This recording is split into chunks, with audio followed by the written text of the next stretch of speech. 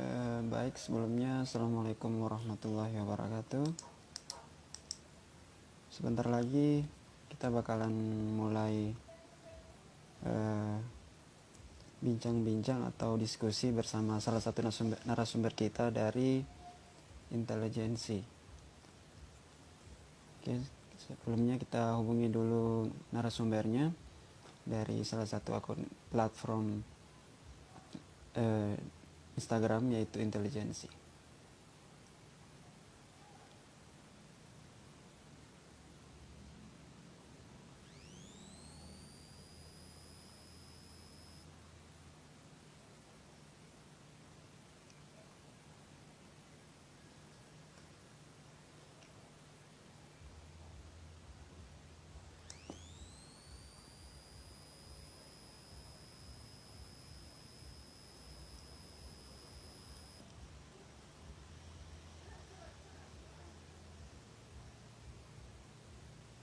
Dulu ya teman-teman.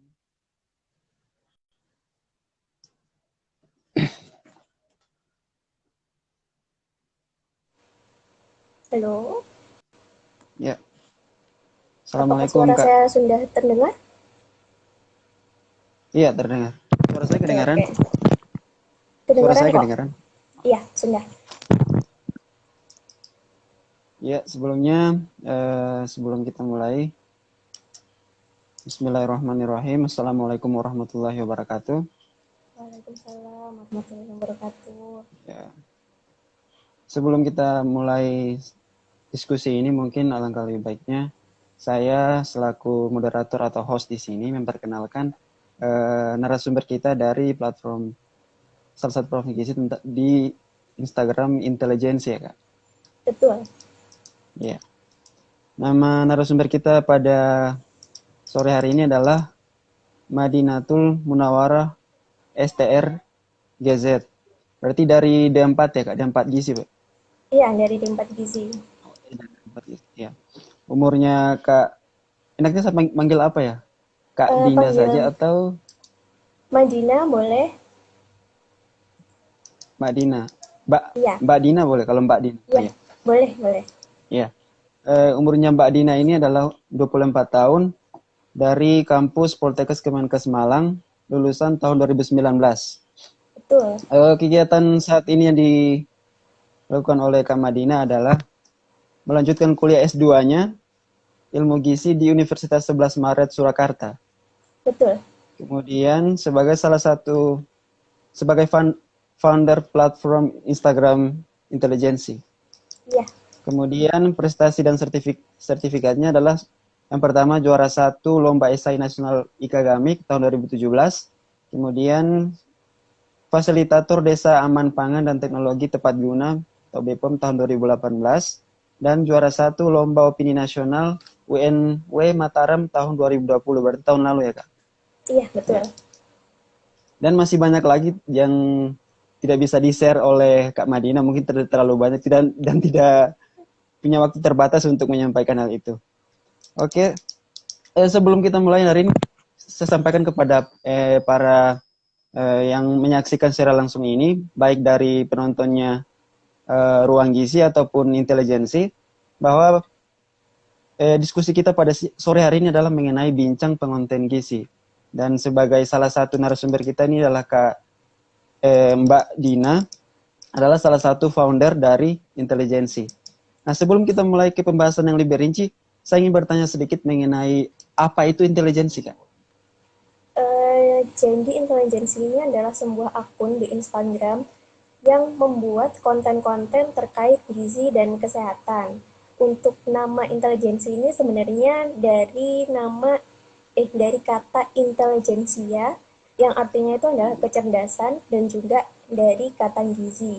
Jadi itu sejalan dengan tujuan kita untuk memberikan ilmu mengenai gizi dan juga kesehatan. Berarti apa? Pengertian dari intelijensi itu sendiri sangat sangat signifikan ya. Artinya bahwa sebuah intelijensi, sebuah pengetahuan tentang gizi yang kemudian di-share ke masyarakat ataupun para pengguna Instagram baik dari intelijensi. Iya, betul. Nah, kira-kira proses pembentukannya itu kayak gimana, Kak? Sebenarnya intelijensi ini termasuk akun baru ya.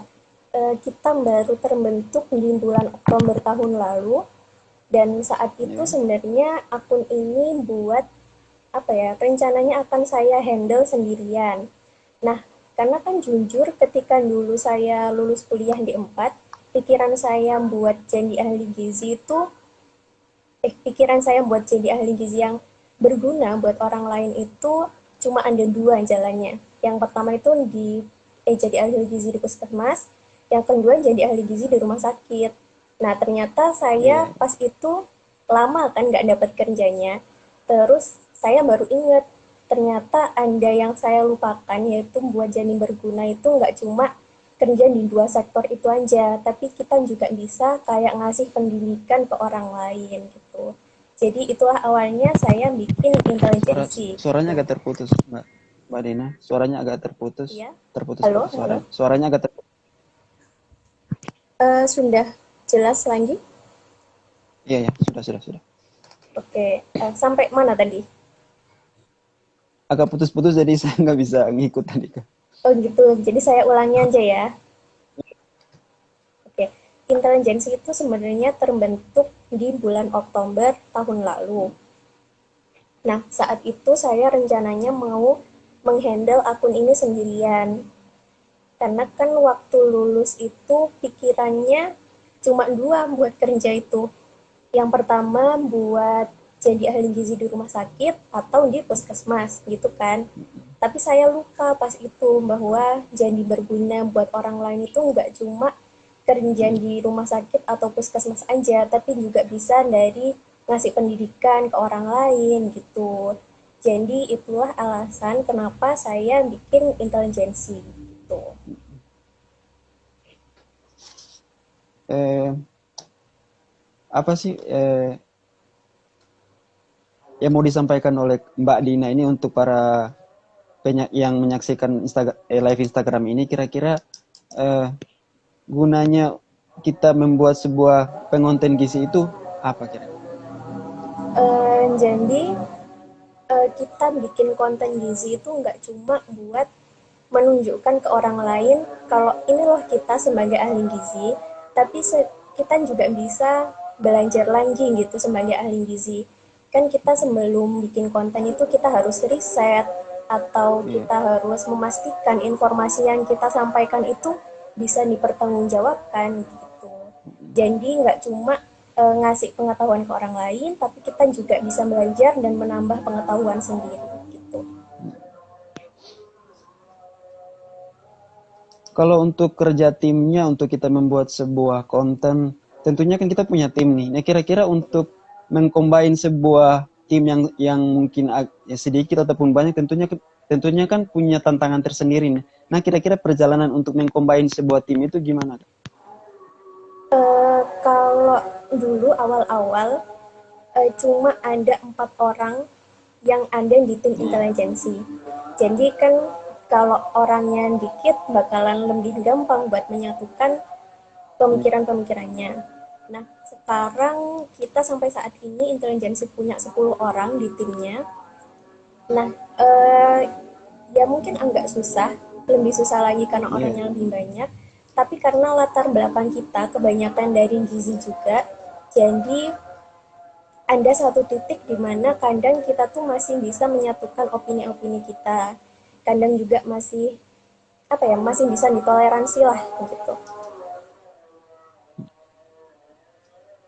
Nah, gini Kak, dalam kita membuat sebuah konten ataupun konten apa saja, konten maupun kesehatan mulai dari keperawatan, kebidanan ataupun dari gizi, itu kan tentunya untuk menarik minat orang untuk eh, tertarik dalam konten kita itu, apakah kita harus buat riset yang harus seperti apa untuk menarik perhatian masyarakat, dan bagaimana caranya kita menilai ketertarikan masyarakat itu sendiri? Kalau kalau intelijensi sendiri ya, kita Nah, iya, betul. sebelumnya eh, kita bikin dulu nih rencananya. Kita mau bikin konten kayak apa? Kita mau menyasar pasar yang kayak apa?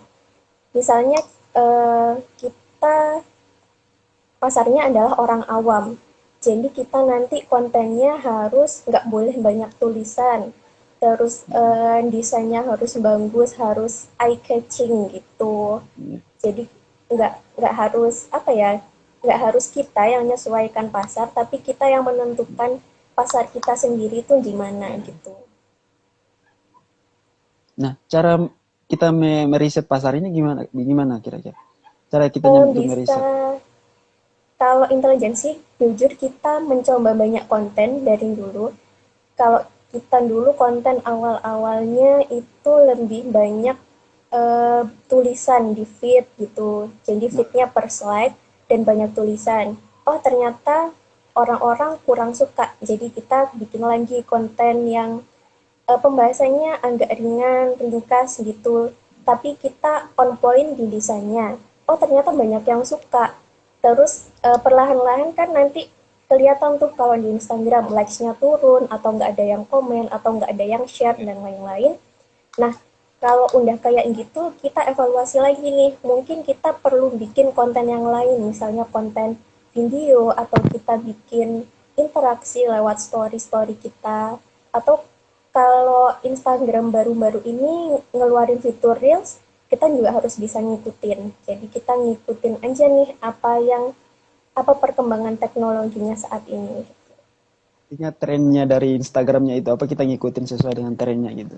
Iya, kita ngikutin trennya. Karena kan orang-orang juga nggak bakalan mau ketinggalan tren kan. Jadi kita juga ikut ngikutin sebagai pembuat konten gitu. Pernah kepikiran nggak sih buat konten tapi menggunakan akun TikTok gitu? Kita sedang mencoba saat ini. Kemarin kan mumpung ada fitur Reels yang mirip sama TikTok. Nah, Iya. kita akhirnya bikin video Reels itu buat diupload di akun TikTok kita. Tapi ternyata mungkin eh, engagement di TikTok itu nggak sama kayak di Instagram. Jadi kalau di TikTok kan lebih apa ya, lebih ke visualnya gitu, lebih mereka orang-orangnya suka yang beneran ada orang yang menjelaskan gitu dibandingkan kayak Reels Intelijensi kemarin kan cuma apa ya, cuma video aja, video ya udah cuma tentang sayur atau tentang susu bear brand kemarin gitu. Sejauh ini konten yang paling menarik menurut Mbak Dina sendiri apa yang sudah dianukan sama intelijensi? Kalau Dan di tantangannya seperti apa? intelijensi, oke, kalau di intelijensi itu yang paling menarik ya sampai saat ini itu feed di feed itu tentang mitos atau fakta.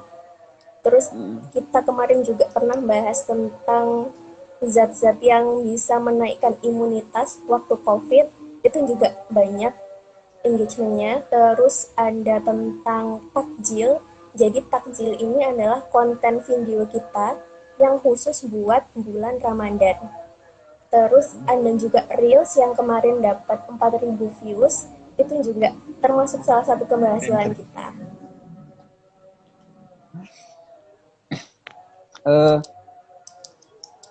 Sebelum kita lanjut kepada teman-teman yang lagi menyaksikan live Instagram, jika ada yang mau ditanyakan, silakan ditanyakan di live komennya di bawah. Nanti saya sampaikan ke Mbak Dina secara langsung. Tadi kita udah mulai berapa menit ya Mbak? Mungkin saya sampaikan bahwa waktunya kita cuma 1 jam, tapi kalau Mbak nanti bisa menambahkan untuk beberapa menit juga boleh. Kemudian di sini saya ingin bertanya kepada Mbak Dina bahwa dalam membuat konten tentunya pandangannya Mbak Dina sendiri ataupun dari tim intelijensi kira-kira efektivitasnya konten-konten gizi ini ke masyarakatnya kayak gimana Mbak? Efektivitas konten saat ini ya, Iya. Yeah. kalau dibilang efektif, tergantung kita bagaimana mengemas kontennya sih menurutku. Nah contohnya kayak kita kan sebagai manusia kan kita punya kecenderungan dan pola sendiri nih. Nah misalnya konten-konten yang memuat banyak tulisan itu nggak menarik buat orang lain. Jangankan baca sampai akhir, lihat tampilannya aja udah males banyak tulisan kayak Slide gitu. awalnya. Iya, bener. Makanya kan kita berusaha buat bikin konten yang ringkas, dibahas dengan bahasa yang sederhana, dan dikemas dengan desain-desain yang menarik. Kalau sejak awal kita udah bisa bikin orang tertarik buat baca konten kita, maka orang itu bisa ngikutin saran yang kita kasih di konten itu. Atau bahkan pengetahuannya juga bisa bertambah dari konten kita. Nah, di situ baru bisa dikatakan konten yang kita buat itu efektif. Jadi patokannya dari situ ya, dari efektivitas. Betul. Nah, kemudian tentunya kan dalam sebuah komunitas ataupun sebuah platform seperti punya kita Ruang Gizi ataupun Intelijensi, tentunya mengalami yang namanya naik turun. Bagaimana kita punya apa istilahnya, semangat untuk membuat konten, tentunya ada naik ada turun. Nah, kira-kira untuk membangun ketika kita lagi down, apakah cara membangunnya itu gimana? Kalau di intelijensi sendiri, saat kita down atau banyak kesibukan sehingga kita nggak bisa ngurusin konten kita, kita tuh bikin apa ya? Bikin kayak semacam diskusi aja tiap minggu. Misalnya apa nih kendalanya kalian, apa yang bisa dibantu buat orang-orangnya gitu. Terus nanti kalau buat follower sendiri kan kadang juga ada yang udah bosen. Nah, kita nggak Ya. bisa stuck sama satu jenis konten aja. Kayak dulu intelijensi, salahnya kita adalah dulu bikin konten cuma fit aja gitu. Kita cuma mementingkan fit, pokoknya kita upload aja tiap hari gitu. Padahal orang-orang tuh udah bosen sama kita gitu. Akhirnya kita bikin lagi konten baru kayak video, animasi ya, kita bikin games-games di story gitu. Terus kita juga pengen nantinya kita bisa berkembang lewat platform lain kayak Twitter, TikTok gitu mungkin. Ya. Oke. Mbak Dina, ini ada pertanyaan dari ngobrolin.obat. Nah, Kak, bagaimana caranya biar bisa konsisten bikin konten tiap hari di tengah kesibukan kerja? Salam kenal dari kami apoteker ngobrolin obat. Oke, thank you ngobrolin obat. Silakan, Mbak. Oke, terima kasih buat pertanyaannya. Jadi kalau kita dulu apa ya di 4 orang kita dulu awal-awal bikin intelijensi, kita ngejar kuantitas dari kontennya. Pokoknya kita ngejar aja kita bikin konten tiap hari. Nah, akhir-akhir ini kita baru sadar kalau misalnya kualitas itu lebih penting. Jadi kita di tengah kesibukan kerja itu tadi, kita mulai mengurangi konten-konten kita. Misalnya dari yang tadinya upload tiap hari, kita cuma seminggu upload 3 kali. Nah, lalu selingannya di hari-hari yang kita nggak upload ini, kita bisa lewat story yang kita lebih gampang buat ngerjakannya di tengah kesibukan kita gitu. Terus biar konsisten, kita balik lagi ke motivasi awal kita buat bikin konten itu apa. Kalau misalnya dulu kita bikin konten buat apa ya, buat ngasih ilmu ke orang-orang, kita harus ingat lagi, oh kita apakah kita udah memberikan yang terbaik dari konten-konten kita. Kalau belum, kita tetap harus semangat. Ya. Sebenarnya sih pertanyaan ini eh, mewakili dari ruang gizi juga sih, di mana bahwa sebagian besarnya ada ruang gizi yang krunya itu ada yang sudah yang bekerja, ada yang masih kuliah.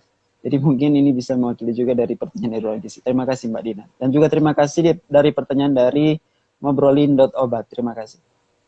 Jika ada pertanyaan lagi, kami persilakan untuk disampaikan di live chatnya di bawah, nanti disampaikan ke Mbak Dinanya secara langsung. Nah, gini Mbak, dalam membuat konten tentunya apalagi di saat COVID seperti ini. Nah, kira-kira kalau konten gizi di era digitalisasi dan pandemi ini, apakah konsep pembuatan kontennya itu akan berbeda dengan ketika sebelum COVID? Apakah sangat Um, pengaruhnya dalam masyarakat, kira-kira gimana? Oke, menurutku di era saat ini ya, digitalisasi ditambah pandemi ini, kita dituntut buat jadi lebih kreatif, buat ngasih pendidikan gitu kan. Kalau dulu kita sebagai ahli gizi, misalnya kita ngasih pendidikan itu harus ke posyandu dulu, kita harus konseling konsultasi Iya. dulu sama ketemu sama pasien gitu kan. Kalau sekarang di masa pandemi di mana kita dibatasi untuk ketemu orang, kita harus lebih kreatif lagi bikin konten. Misalnya kita bikin video atau bikin konten-konten ini justru adalah cara kita buat menunjukkan ke orang-orang kalau kita itu ahli gizi dan kita itu apa ya justru bisa menjangkau lebih banyak orang dengan konten-konten digital saat ini gitu. Terus kan di masa pandemi ini orang-orang kayak mulai banyak cari informasi tentang gizi kan. Kayak kemarin makanan penambah imun atau diet yang bagus gitu buat biar kita nggak kena COVID gitu. Jadi ini salah satu apa ya kayak kesempatan kita gitu buat menunjukkan ke orang-orang inilah kita sebagai ahli gizi dan kita punya ilmu yang mumpuni untuk itu gitu. Eh, dan proses pengemasannya itu gimana, Mbak? Proses pengemasan dalam membuat konten, apalagi dalam pada saat era digitalisasi, kemudian adanya COVID. Waktu itu saya sempat berpikir untuk menyampaikan, kalau dalam posyandu kan tentunya ada penyampaian penyuluhan nih dari program promosi kesehatan. Nah itu saya sempat, karena kebetulan di tempat yang saya kerja sekarang, kebetulan daerahnya itu tidak terlalu terpencil tapi daerah biasa, itu dengan eh, keadaan masyarakat di mana ibu-ibunya itu lebih sering menggunakan media sosial. Nah ini saya sempat kepikiran untuk membuat posyandunya ataupun penyuluhannya itu melalui Instagram. Nah tapi ini kemudian juga ada punya dampak, bukan dampak, maksudnya kayak ada kelemahannya itu ketika kalau misalnya punya pulsa ataupun ada yang sebagian tidak punya HP, itu ada saja kendalanya. Kira-kira untuk mengatasi kendala-kendala seperti itu, kita harus kayak gimana untuk membuat pengemasan konten agar bisa sampai ke masyarakat? Kalau masyarakat yang khusus kayak gitu kan ibu-ibu kayak gitu kita nggak bisa apa ya kita nggak bisa memperkirakan apakah nanti kontennya bakalan diterima atau enggak tapi kalau misalnya untuk lingkup penelitian menurutku bikin aja tetap di Instagram nanti kita menghubungi ibunya lagi ibu kita ada konten baru loh apakah sudah lihat terus apakah ibu udah ngerti tentang pembahasannya atau ada yang ditanyakan nggak buat saya gitu menurutku perkembangannya udah bagus banget sih buat saat ini kecuali emang ada keterbatasan tertentu dari ibunya tadi kayak misalnya nggak ada pulsa atau apa ya mungkin daerahnya cukup terpencil atau bahkan ibunya nggak punya HP jadi kita juga harus menyesuaikan aja sih menurutku itu kalau lingkupnya penelitian. Iya, berarti lingkupnya di penelitian ya. Berarti yang Mm-mm. jadi masalahnya kalau dalam untuk penyampaian kontennya kita ke masyarakat, mungkin pada daerah terpencil itu sangat-sangat tidak memungkinkan untuk kita menyampaikan hal itu. Mm-mm. Kalau daerah terpencil ya mau nggak mau kita harus datang langsung ke orangnya menyampaikan langsung gitu. Auto manual nanti digunakan. Bener. Nah, kemudian gini Kak, untuk teman-teman yang menyaksikan ruang yang live Instagram, yang lagi nonton, ini penyampaiannya untuk mereka, kira-kira eh, bagi teman-teman yang mungkin sekarang lagi nonton dan kemudian ada keinginan untuk membuat platform, mau platform apa saja, mau gizi ataupun kesehatan yang lainnya, kira-kira cara memulai awalnya itu gimana, Mbak Dina? Cara memulai awalnya yang pertama yang jelas niat sih ya kalau kita nggak niat kita nggak akan memulai aksinya gitu kan yang pertama niat terus yang kedua kita harus merencanakan dengan baik kira-kira nanti konten ini ditujukan buat siapa terus kita nanti kontennya bentuknya apa terus platformnya kita milih di mana ada Instagram, Twitter, TikTok dan lain-lain dan tiap platform itu punya sifatnya sendiri-sendiri lah istilahnya. Kalau misalnya di Instagram orang-orangnya cenderung suka yang di feed atau di story. Kalau di TikTok cenderung suka yang lebih fun, lebih apa ya, banyak musiknya, banyak gerakan gitu. Mungkin kalau di Twitter mungkin lebih suka yang model-model kayak mungkin dikemas dengan meme-meme dan lain-lain gitu. Oh, yang gitu. Menurut Mbak Dina sendiri sebagai salah satu founder intelijensi, kira-kira perkembangannya saat ini ketika kita masuk dalam dunia digital, apakah pengaruhnya konten-konten Mbak Dina sendiri ke eh, masyarakat, apa bisa dilihat dari sisi apa saja Mbak pengaruhnya? Kalau pengaruhnya sih yang jelas dari followers kita.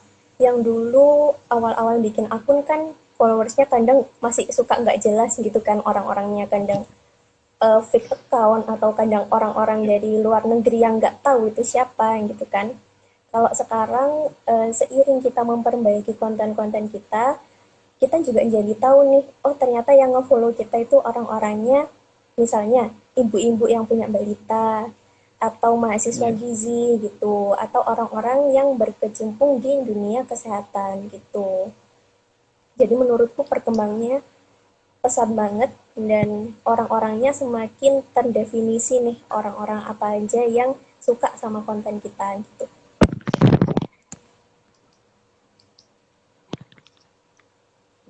Baik teman-teman yang ingin bertanya, saya persilakan.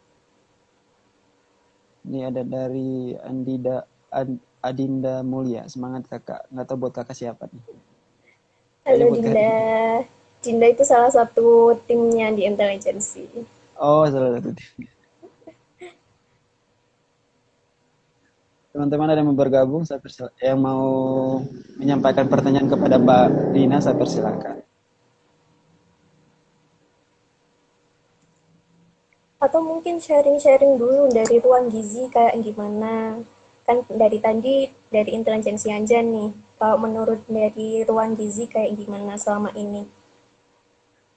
Kalau ruang gizi, kita dari awalnya memang dalam pembuatan, eh, awalnya dari satu orang ya, itu bukan dari salah satu ketua timnya kita, yang itu M. Sadli Umasangaji. Biasa kita sapa dengan Kak Cali. Nggak tahu beliau nonton atau enggak nih. Kak Cali kalau nonton, hai dong. Nah, eh, nah baru bergabung nih Kak Cali. Nah, Kak Cali ini sendiri sebagai ketua tim, dia kemudian menghubungi beberapa, awalnya kita cuman dia berdua kayaknya sama Bang Fahmil. Kenal ya Bang Fahmil? Iya, itu teman Iya, Bang satu Fahmil. angkatanku. Iya, Bang Fahmil kemudian saya bergabung, dan sekarang kita sudah eh, dari 3 orang itu sudah jadi 7 orang, dan itu pun kita mengalami yang namanya fluktuasi naik turun kemudian dalam pembuatan kontennya kayak gimana.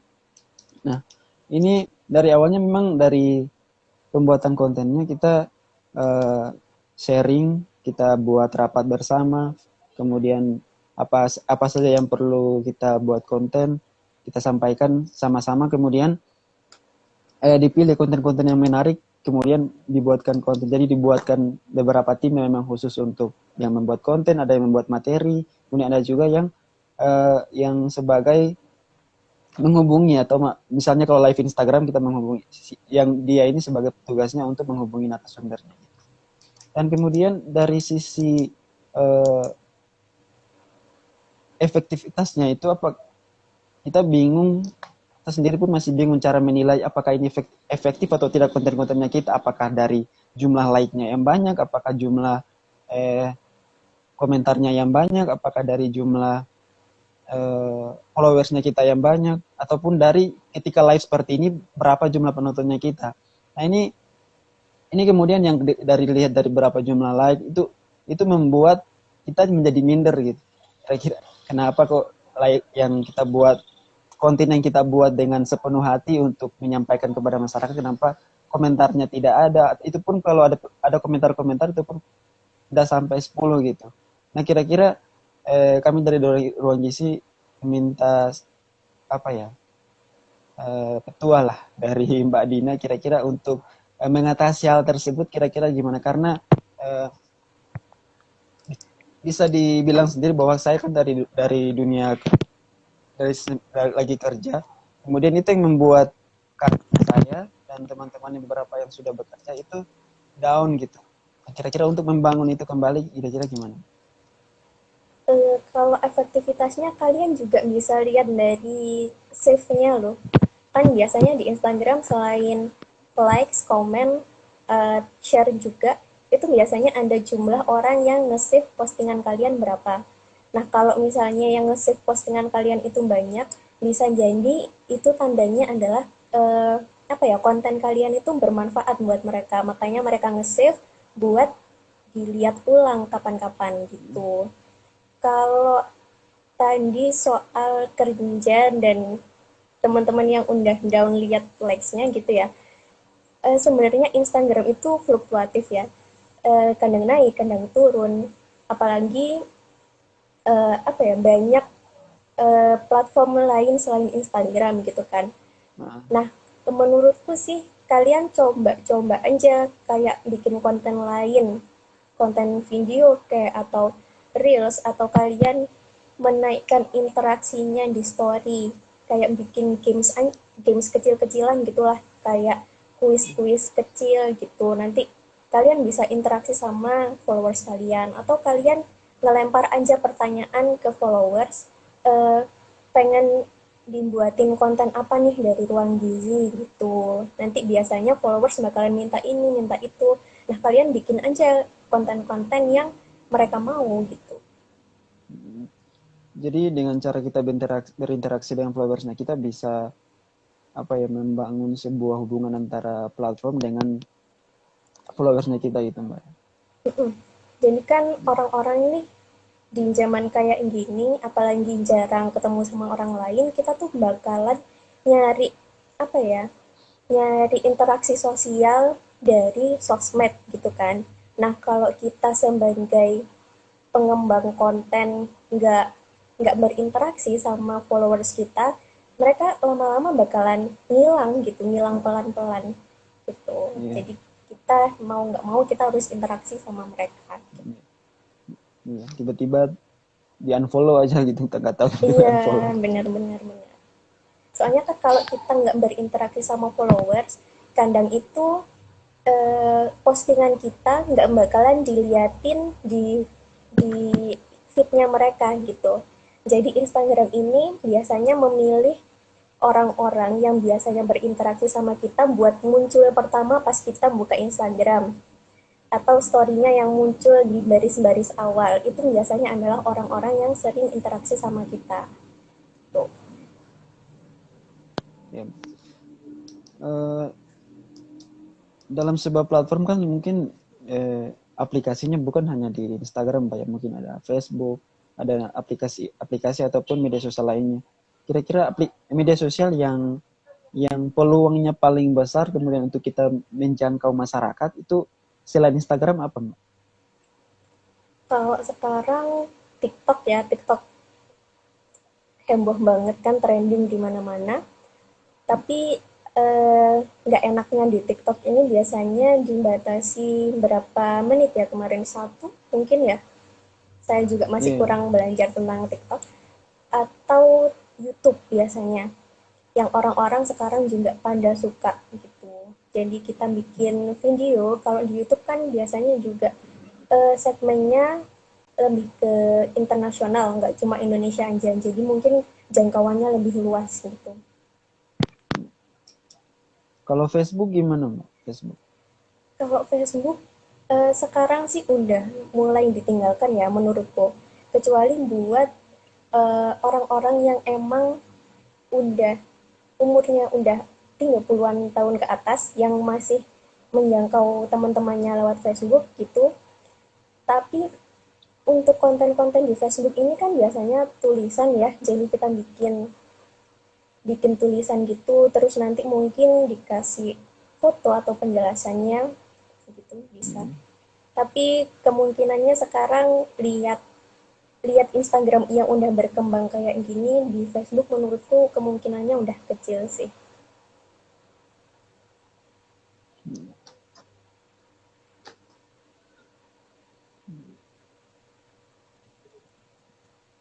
Baik kepada teman-teman yang lagi menyaksikan live, yang ingin bertanya, saya persilakan.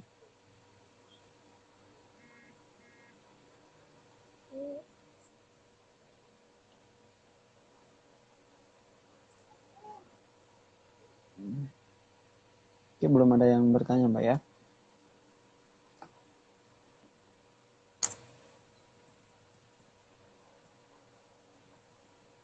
Mungkin Oke, baik, saling Mbak. sharing aja. Iya, dari Kalau Mbak sendiri kemarin, kan, iya, kenapa Mbak? iya boleh boleh boleh, nggak apa-apa, duluan aja. Dari Mbak sendiri kan awal mulai untuk membuat sebuah platform kan dari niat nih, awalnya kita niat. Kemudian cara eh, kan setelah itu kan mungkin kan nggak bisa kalau buat sendiri pun pasti bisa kalau kita ahli dalam semua bidang, ahli dalam untuk mengedit konten, ahli kemudian punya waktu yang cukup luas untuk men-share video ataupun konten yang kita buat. Nah, untuk membentuk tim nih Mbak, apakah dalam merekrut tim harus ada kriteria tertentu ataukah ada proses wawancaranya atau siapa yang mau bisa bergabung gitu? Kalau di intelijensi sendiri gimana? Kalau kita kan dari ruang gizi untuk merekrut tentunya kan berarti dari orang mahasiswa gizi ataupun dari yang sudah lulusan gizi yang sudah bekerja yang ingin bergabung, kemudian itu kita lakukan wawancara gitu, wawancara apakah dia memang berniat untuk bergabung, kemudian kita kira dia punya sumbangsi apa ke ruang gizinya itu kayak gimana. Nah, kalau dari intelijensi sendiri gimana? Kalau menurutku dulu kan aku awalnya juga mikirnya kayak gitu. Aku cuma sendiri aja karena eh, aku juga mempelajari platform Instagram ini. Jadi aku pede banget nih, oh aku bakalan bisa tanpa orang lain gitu. Tapi aku lagi-lagi aku itu suka lupa kalau misalnya kalau kita sendiri emang kita tuh bisa jalan, kita bisa lari ke tujuan itu sampai lebih cepat gitu. Tapi kalau kita sama teman-teman, kita sama tim kita bisa sampai tujuan itu apa ya? Kita bisa lebih jauh gitu. Kalau sendiri kita bisa lebih fast, kalau sama teman-teman kita bisa go far gitu. Jadi aku juga selalu ingat itu. Jadi aku tetap manusia yang butuh orang lain, kan ilmu aku juga terbatas. Nah, nanti kalau di intelijensi ini kita timnya emang kebanyakan dari gizi, tapi kita juga butuh orang-orang kayak ada temen dari promosi kesehatan yang bertugas Oh, untuk didesain.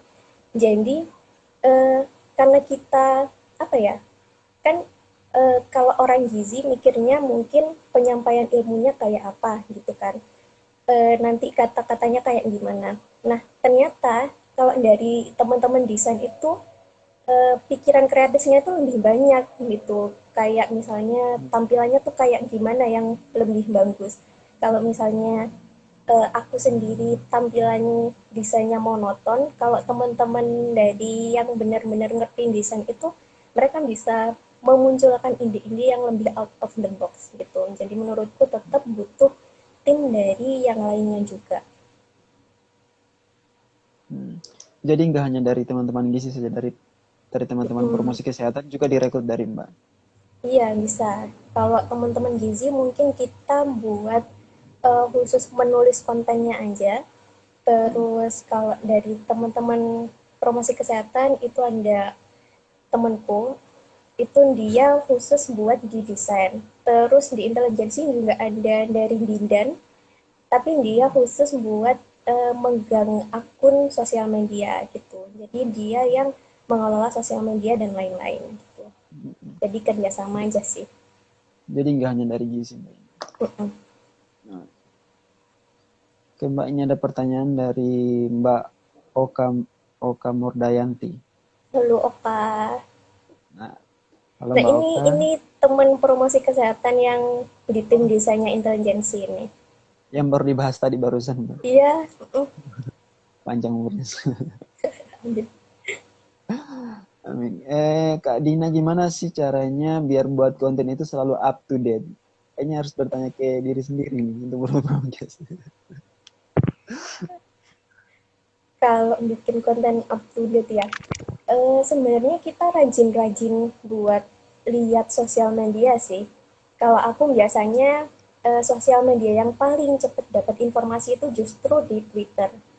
Orang-orangnya tuh informasinya tuh lebih cepat aja gitu. Jadi misalnya kemarin sebelum rame soal pembahasan suplemen vitamin C di Instagram, di Twitter itu satu minggu sebelumnya itu udah rame duluan gitu. Jadi kita harus dapat momennya di situ. Ternyata ada konten yang lagi rame berhubungan sama gizi kita langsung bahas gitu. Jadi nggak nunggu-nunggu lagi biar lama. Kalau kelamaan kan kontennya juga bakalan apa ya, basi gitu mungkin. Ya. Baik teman-teman yang ingin sebelumnya untuk Mbak Oka Murdayanti itu dari penyampaian dari Mbak Dina. Terima kasih atas pertanyaan dan terima kasih atas jawaban dari Mbak Dina.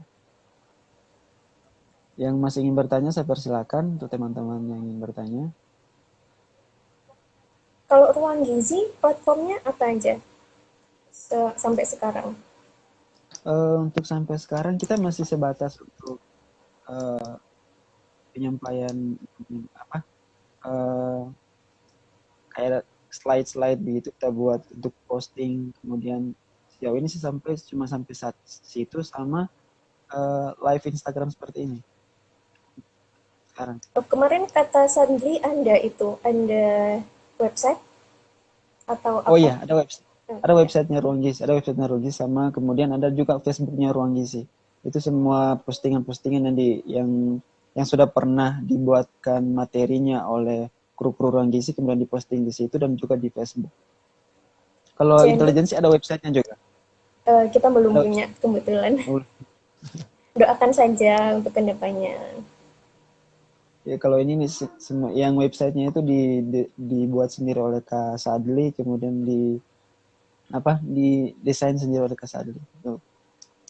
Dan dari materi-materi pembahasan seperti ini, pembahasan mengenai bincang penguatan gizi, kemudian dibuatkan eh, materi ringkasnya, kemudian di share ke teman-teman mulai dari Instagram, website sampai dengan Facebook. Jadi yang bikin konten kalian semua gantian gitu. Iya, konten yang buat materinya itu kita buat jadwal, jadi mulai dari ketuanya sampai dengan orang yang membuat konten ataupun orang yang mendesain itu semua buat materi kontennya. Nanti yang khusus satu orang ini yang nanti buat eh, materi kontennya lebih menarik dari desainnya. Tapi nah itu loh Mbak Dina. Mulai dari cara kita pengemasan kontennya itu apakah hanya dari kita mengemas kontennya itu lebih baik lagi, misalnya kita taruh gambar-gambar ataupun untuk lebih menariknya itu pengaruhnya berapa persen sih untuk ketertarikan dari yang followersnya kita. Kalian berarti desainnya ada satu orang yang membikinkan gitu kan ya. Mm -mm, mm -mm. Tapi Kalau dari yang apa gizi juga dia. oh jadi semuanya gizi ya. Semuanya gizi. Kalau kita dulu di intelijensi dulu kan ngejar konten tiap hari. Nah kita itu bikin template desain di Canva gitu.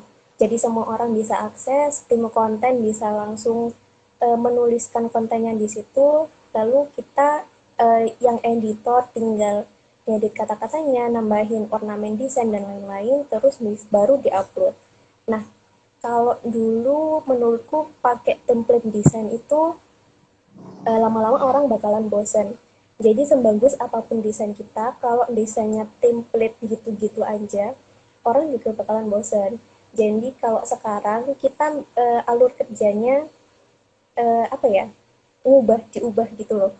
Jadi kalau dulu dari tim desain dulu bikin template, kalau sekarang dari tim konten dulu nyerahkan kontennya ke editor, baru ditaruh di Canva, terus nanti dari tim desain itu mereka membikinkan desainnya dari nol gitu. Dan ternyata kalau kayak gitu, ternyata orang-orang tambah tertarik gitu. Mungkin karena desainnya tiap hari itu berbeda-beda, jadi juga menarik buat mereka gitu sih menurutku. Coba Mbak aja. Dina ini lagi, Mm-mm. iya. Makasih Mbak. Ini ada lagi pertanyaan dari Oh, lagi. iya, yang sama tadi. Nah, Kak Dina, cara memilih konten gizi yang menarik itu gimana? Apa ya, semuanya sih tergantung sama yang lagi rame dibahas saat ini. Kalau misalnya saat ini yang rame itu adalah tentang pembahasan di pandemi, kita juga harus menyesuaikan. Misalnya kita ngasih materi tentang zat gizi yang bisa menaikkan imunitas tubuh gitu, atau kita bikin pembahasan misalnya tentang gizi olahraga dan lain-lain. Jadi olahraga yang bisa kita lakukan di rumah aja buat menaikkan imunitas kita gitu. Tergantung sih trendingnya apa gitu. Jadi kita sesuaikan sama bidang gizi. Berarti tergantung trending health-nya apa, berarti Mm-mm. dibuatkan kontennya tentang itu Mbak. Mm-mm. Ini kan intelligence. Punya peluang nggak sih untuk membuat konten di luar gizi? Kalau konten di luar gizi aku masih belum berani karena kita kan basicnya masih orang-orang gizi ya. Dan dari awal memang tujuannya buat menyampaikan tentang ilmu gizi. Jadi kalau untuk bicara tentang ilmu yang lain masih belum berani karena belum punya ilmu yang mumpuni untuk itu gitu.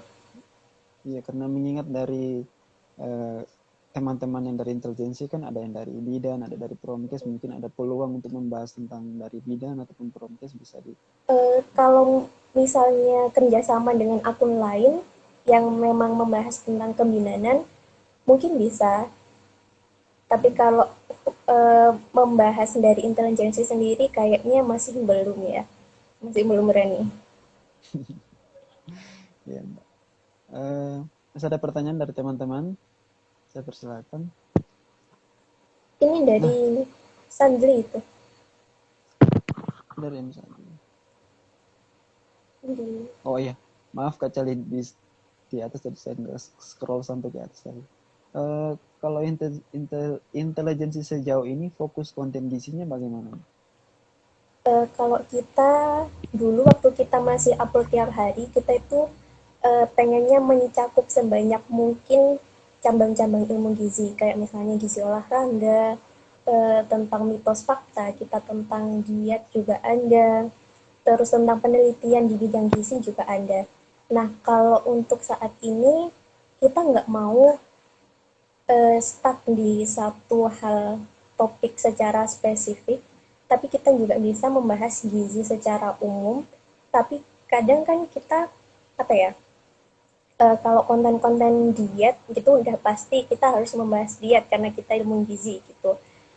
Terus kita yang pasti dibahas itu tentang mitos atau fakta. Nah ini juga banyak orang yang suka karena kan banyak mitos-mitos terkait gizi di masyarakat gitu. Yang paling spesifik sih itu aja sih, yang dua itu. Yang lainnya kita mengikuti perkembangan juga, kita ngikutin dari apa ya yang lagi trending saat ini gitu. Oke, terima kasih Kak Cali atas pertanyaannya. Mudah-mudahan eh, memuaskan pertanyaan dari Kak Cali. Jika ada pertanyaan lagi, saya persilakan. Kalau ruang gizi fokusnya kemana? Kita sih fokusnya untuk kegiatan, untuk kontennya, kita buat konten yang kalau saya dari puskesmas, kan ada dari yang dari dunia yang masih sementara kuliah ataupun masih yang sementara lagi eh, kerja itu mungkin yang sudah kerja biasanya kita buat konten-kontennya itu mengenai misalnya manfaat dari vitamin A, kemudian manfaat dari posyandu, kita buat kontennya ataupun kita buat live Instagram seperti ini kemudian undang pemateri-pemateri untuk membahas mengenai posyandu ataupun membahas tentang vitamin A ataupun pemberian FR remaja putri. Nah, kemudian kalau dari diet, misalnya diet-diet penyakit ini ataupun diet dalam diet makanan yang khusus untuk dalam saat wabah COVID seperti ini, apakah makanannya seperti apa, itu kemudian kita buat jadi konten ataupun jadi live Instagram di ruang gizi. Dan yang kemarin juga ada sempat dari kita ngundang Mbak Aderai daripada gizi olahraga, itu yang jadi moderatornya itu Bang Fahmil, kemudian karena dia sudah biasa, kemudian sudah sering live Instagram bersama Aderai, sehingga kita buat konten itu. Kemudian memang kalau kita lihat Bang Aderai yang jadi narasumbernya itu viewersnya tuh langsung melonjak tuh, biasanya viewersnya langsung melonjak. Jadi tergantung kita berikan live Instagramnya seperti apa, kemudian yang jadi narasumbernya itu apa. Yang narasumbernya itu seperti apa. Kalau yang narasumbernya yang memang sudah familiar pada masyarakat, biasanya followersnya lebih banyak. Kemudian dari sisi menariknya atau tidak itu dari materinya. Keren sih, berarti kalian lebih fokus ke kayak Instagram live gini ya? Live Instagram ini. Udah beberapa kali sih kita buat live Instagram kayak gini, tapi beberapa bulan terakhir stuck karena mungkin masing-masing sudah mulai down, kemudian udah boring juga dari krunya sudah boring, apalagi dari followersnya gitu. Akhirnya kita mulai lagi buat live Instagram sama buat konten-konten yang kemudian diupload, diposting. Apakah itu konten-konten yang dari orang yang untuk menyampaikan mengenai yang orang yang sudah kerja, misalnya dari puskesmas, rumah sakit, itu sasarannya kita sih dan Jadi sasaran kalian lebih ke benar-benar yang ahli gizi ya? Pokoknya iya. orang yang berkecimpung di gizi. Iya, sama kalau misalnya dari Posyandu, kita harapannya sih yang ngikutin live Instagramnya kita tuh lebih kayak ibu-ibu yang punya bayi balita gitu, supaya kemarin saya sempat untuk menyampaikan ke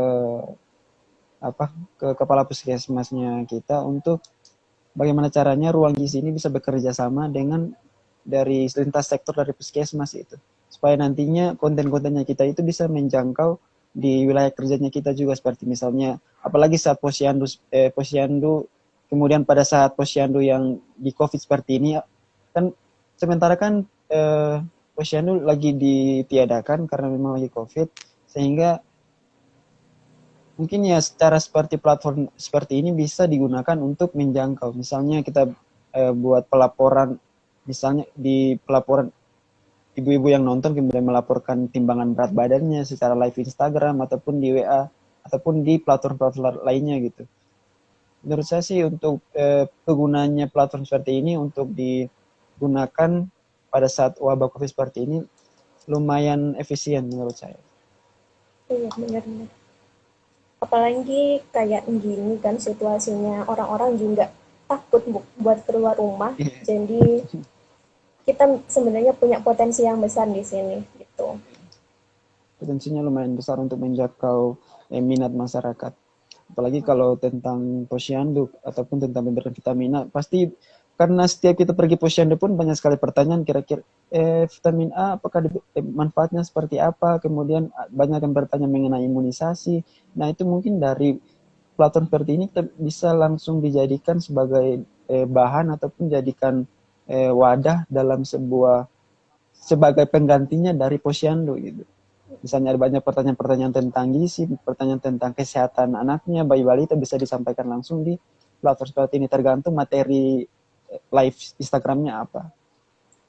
Atau kalian sebelum live mungkin bisa tanya dulu ke ibu-ibunya, kira-kira pertanyaannya apa aja. Jadi kalian mengumpulkan pertanyaan dulu sebanyak-banyaknya, baru nanti kalian bikin live-nya dan membahas pertanyaan-pertanyaan itu. Terus nanti misalnya kalau Anda ibu-ibu yang nggak sempet nonton live-nya, kalian kan bisa ngasih rekamannya gitu, link-nya gitu. Ya itu lagi sementara mau diusahakan antara kita ruang gizi dan lintas sektor setempat bagi teman-teman yang sudah bekerja. Nah Mbak Dina, harapannya sendiri platform seperti ini untuk masyarakat ataupun bagi para pengonten, kira-kira harapannya untuk dari dua sisi ini, dari pengonten maupun dari masyarakat, harapannya seperti apa nanti?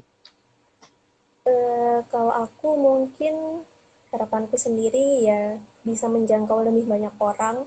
Ilmu gizi ini nggak cuma dibicarakan sama dokter-dokter aja, tapi kita sebagai ahli gizi kita juga punya kekuatan dan kita punya suara buat membuktikan kalau ini loh kita juga bisa eh, menyuarakan apa ya ilmu kita gitu. Jadi kita sebagai ahli gizi nggak boleh cuma diem-diem aja gitu kan, nggak bakalan ada orang yang tahu kita punya ilmu kalau kita cuma diem gitu.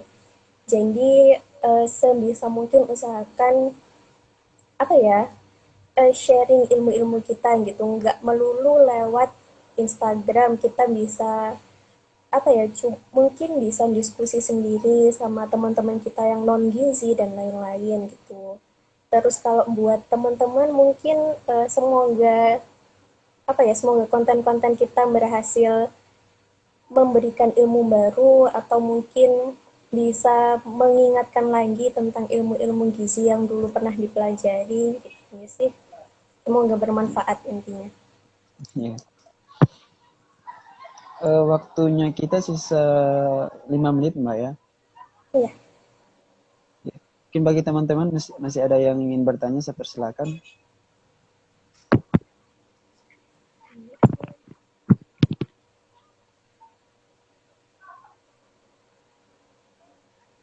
Sebelumnya Mbak Dina dari D4 kan, D4. Iya, D4 dari gizi. D4. Terus selanjutnya S2-nya S2 Di UNS itu Human Nutrition. S2 ilmu gizi. Iya, Berarti ilmu bisa ya, Bu? gizi juga. Enggak, Kalau S1 di gitu. kalau di UNS kebetulan bisa dari D4 langsung ke S2 gitu. Karena di UNS menyediakan itu, tapi katanya ada wacana buat ada magister terapan nantinya. Jadi dari D4 ke magister terapan itu. Tapi kan di Indonesia juga belum ada universitas yang punya jurusan itu. Jadi sementara kalau dari D4 langsung ke S2 itu cuma ada di UNS sama di UI. Kalau saya nggak salah Masuk loh ya. UI. Kalau nggak Oh, salah. kalau D4. Coba nanti mungkin ada info-info lain lagi. Iya, oke, thank you. Itu Mbak, karena waktunya sisa 4 menit lagi, kira-kira pesannya Mbak Dina sendiri untuk yang yang lagi nonton live Instagram ini, pesannya untuk mereka apa? Seperti apa? Apa ya, di masa-masa sulit kayak gini mungkin banyak informasi dari berbagai sumber, entah itu kredibel atau tidak. Kita sebagai sebagai orang-orang yang punya ilmu di bidang gizi, kita juga harus membedakan mana sih info yang benar, mana yang enggak, dan kita juga harus meluruskan info-info yang mungkin eh, nggak benar nih di masyarakat gitu. Jadi biar nggak banyak termakan hoax dan lain-lain gitu. Gitu sih hati-hati aja dan apa ya sebagai ahli gizi jangan capek-capek buat tetap memberikan pendidikan ke masyarakat gitu. Jadi semangat. Oke, thank you Mbak Dina. Sebagai penutupnya, saya ingin sampaikan conclusionnya sendiri dari pembahasannya kita hari ini. Jadi pembahasannya kita tentang pengonten gizi. Nah, ini bagaimana caranya kita memberikan pengetahuannya kita kepada masyarakat melalui konten-konten gizinya kita dari sebuah wadah yang namanya platform, selain dari platform dari intelijensi ataupun ruang gizi. Dan terutama kita harus mulai awalnya dari niat. Seperti yang dikatakan tadi dari Mbak Dina, bahwa niatnya kita sendiri, apakah niatnya kita hanya untuk mencari benefit ataupun untuk mencari bagaimana kita mengeluarkan isi kepalanya kita mengenai gizi ini kepada masyarakat. Cara penyampaiannya seperti apa, kemudian dan karena saat COVID seperti ini efektivitasnya itu pun sangat-sangat dibutuhkan, sehingga bagi teman-teman yang berniat untuk membuat platform seperti ini agar tidak putus asa, terus semangat berjuang membuat konten-konten yang menarik untuk masyarakat. Betul. Selain itu apakah ada yang mau disampaikan dari Mbak Dina? Saya persilakan. Menurutku sudah cukup ya kalau dari aku. Oke. Kita sudah 1 jam ya teman-teman. Terima kasih kepada Pak Dina yang sudah bersedia menjadi narasumber kami di platform kami di Ruang Gizi. Terima kasih pada teman-teman juga di intelijensi, khususnya untuk Mbak Dina. Terima kasih banyak. Mungkin nanti lain kali kita bisa berkolaborasi lagi dalam tema yang lain. Boleh, boleh. Ini dari siapa nih? Dari Amifan. Halo Ruang Gizi dan intelijensi, mantap. Kemudian eh, jangan ganggu, jangan gugup. Aduh, Oke, terima kasih ya buat Mbak Dina. Terima kasih juga kepada teman-teman intelijensi. Mungkin nanti lain kali kita bisa berkolaborasi lagi dalam tema-tema yang lain. Terima kasih Mbak Dina. Pada Terima teman-teman yang telah kasih. menyaksikan, ucapkan terima kasih. Terima kasih. Oke, assalamualaikum. Waalaikumsalam. Sukses selalu buat Ruang Gizi. Yes, sukses selalu juga untuk intelijensi. Amin.